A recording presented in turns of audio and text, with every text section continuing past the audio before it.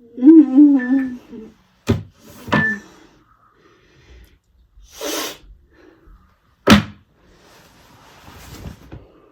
you're neurospicy and or a spoonie, and you want to build an effective morning routine for yourself? By the end of this video, you'll know exactly how to do that and more. If you're neurospicy or a spoonie and are looking to master yourself and your time in a compassionate way, this is the place for you to be. Subscribe to my channel and hit the bell to be notified when I post a new video every other Tuesday.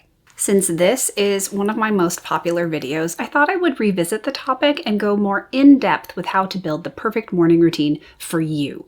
So let's get started. P.S. If you're one of my Action Navigator students, what I'm talking about today follows along with the Routine Builder cheat sheet.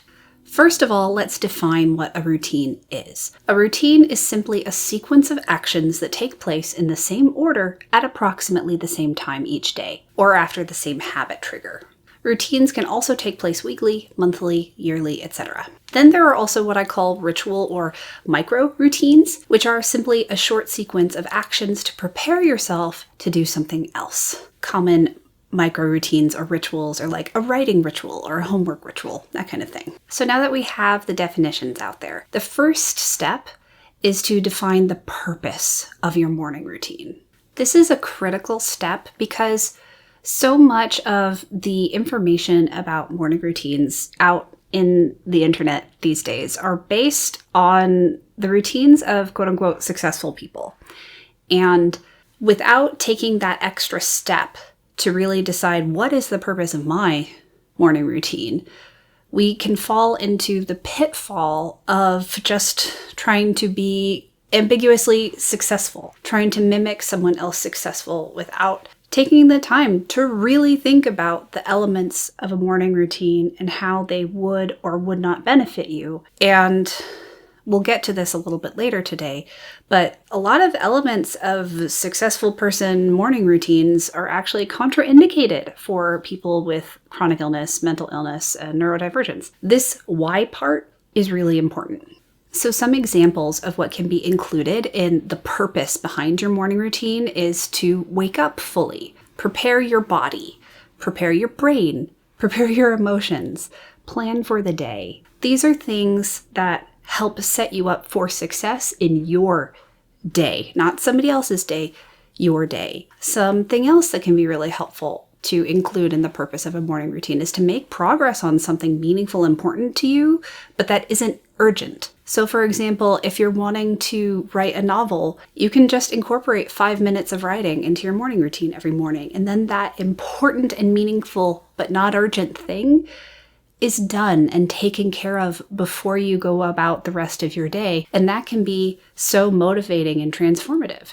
Other purposes you can have behind a morning routine is to accommodate your health, your physical health, mental health, your neurodivergence. And then for a lot of you, I know there was some criticism about my previous morning routine video because it didn't take into account parents or people who work. And I was simply sharing my experience as someone with the disabilities that prevent me having a standard job working for somebody else. I have to work for myself in order to accommodate myself. And I live with a partner and I don't have children. I have fur babies, but I know that's not the same thing. So if you are someone who does have those things, if you do have children, if you do have a job, taking into account what would set you up for success to have a healthy, compassionate day where you accomplish the things you need to accomplish while not burning yourself out, that's important stuff to take into account when considering what is the purpose of your morning routine. So the first step to designing a morning routine that meets your needs is to basically figure out what your needs are. What is the purpose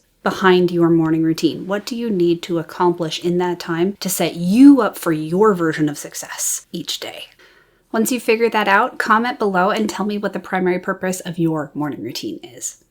Now, the next step after defining your purpose is to simply brainstorm and choose elements for your morning routine. Like I mentioned before, due to the popularity of morning routines in hustle culture, many people feel like they're supposed to choose elements for their morning routine based on the morning routines of successful people, instead of thinking critically about what would or would not meet their specific needs. So we're fixing that today. As you brainstorm, keep your purpose front of mind. So some popular elements in that successful category are journaling, exercise, and meditation. Can these be valuable elements to add to a morning routine? Yes, but they're not necessarily great for everybody. For example, in this video, I talked about why meditation can actually be harmful for some of us with trauma. For those of us with chronic illnesses, exercising is often simply out of the question in the morning. And journaling can be really helpful. Like, I know a lot of people are a fan of Julia Cameron's morning pages, but that's a huge investment, both cognitively, emotionally, and for some of us physically. We simply just don't have the capacity to spend that many spoons in the morning on that kind of activity. And that's why I invented Anytime pages. This is where taking into account what will benefit you and weighing various elements of a morning routine against that can be really helpful. I don't journal, I don't exercise, and I don't meditate in my morning routine. I have released myself from the obligation to include those successful people things in my morning routine. And by giving myself that permission, I now have a morning routine that meets my needs, and I am so much more successful, my version of success, because of it. And that's what I want to encourage you to do as well. So some other elements that can be really important, like especially if you have children or if you have a job, is, wake up the kids, feed the kids, prep them for school, take them to school. You have to prep yourself for work, take yourself to work. Often those are non-negotiables that a lot of people need to include in their morning routine, and there's nothing wrong with that. It's just something to consider. Because those are the non-negotiables, how many nooks and crannies, if at all, do you have left in your time and capacity in the morning to do other things? And what elements, if you were to fit them into the nooks and crannies of your time and capacity in the morning, would give you the most benefit to help set you up for the day? So, like I talked about in my original morning routine video, here are the elements of my routine and why I include them. First thing I do is I snooze on purpose. I have 2 alarms set for every Monday through Friday, and they're half an hour apart. So what this does is, if I need that extra half an hour of sleep, I get it. If I don't, I get half an hour to be an inert potato in bed. This helps me mentally, emotionally, and physically prepare for the next step in my routine, which is booting up my brain. And like I talked about in my original video, that involves passively scrolling a curated social media feed that helps me feel positive. I learn interesting things, and it's just a safe space for me to be while my very foggy chronic illness brain is getting plenty of time to boot up. I can't just go from alarm to doing stuff. I function like a Windows 95 computer. It takes time. And as soon as I came to terms with that, I do so much better now because I give myself the time and space I need to boot up. And I realize not everybody has that time and space. But just because you don't have as much as I do doesn't mean you cannot accommodate yourself in a unique way that meets your needs and suits your circumstances. So please think critically about these things. How can you accommodate yourself and your needs in the morning? So after booting up my brain, I do at least one chore. And then that way, at the end of the day, if I don't do a single other chore, my house is in better order than it was when I woke up. And I know that I'm not going to fall extremely far behind. And the other great thing about a chore is it's not cognitively taxing, so I'm getting more time to boot up my brain. And I often listen to a podcast while I'm doing my chore, so it's more like passive enjoyment.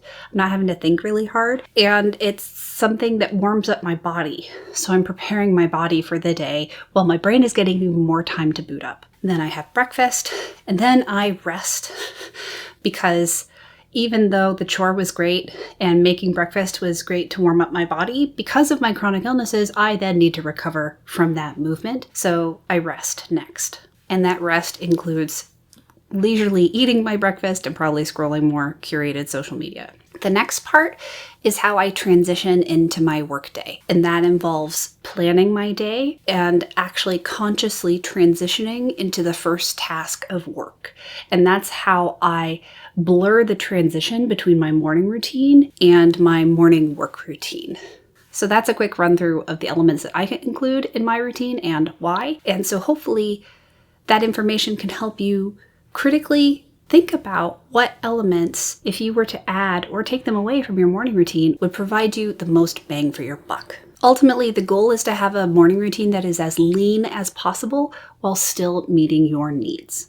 Next, you want to choose the order of those elements. You want to order your routine in such a way that accommodates your needs instead of adding more stress and or draining your gas tanks unnecessarily. And if you're unfamiliar with the gas tank terminology, I talk about it in this video. So if you were to go back and re-listen to the explanation of the elements that I have in my morning routine, I gave them in the order that I do them. And you'll notice that the order is just as important as the elements themselves. Doing my chore after doing my morning social media allows my brain more time to not have to think so hard, which is really important for my foggy brain, while starting to slowly wake up the rest of my body even more by adding some physical movement. Normally, the next step in building a routine would be to choose your habit trigger, which would start the routine. But as this is a morning routine, the habit trigger is automatically either when your alarm goes off in the morning or when you wake up naturally.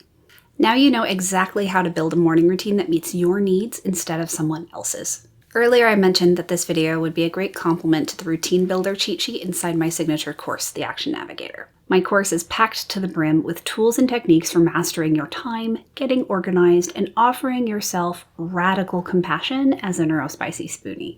If that sounds like exactly what you've been looking for, use the link in the description box below to book a Zoom call with me to learn more. I can't wait to meet you. Check out this video next to hear me rate common productivity tips from a spoonie perspective. If you liked this video, hit that like button and subscribe, and be sure to share it with your friends. I'll be back in 2 weeks with another video. See you then. Bye!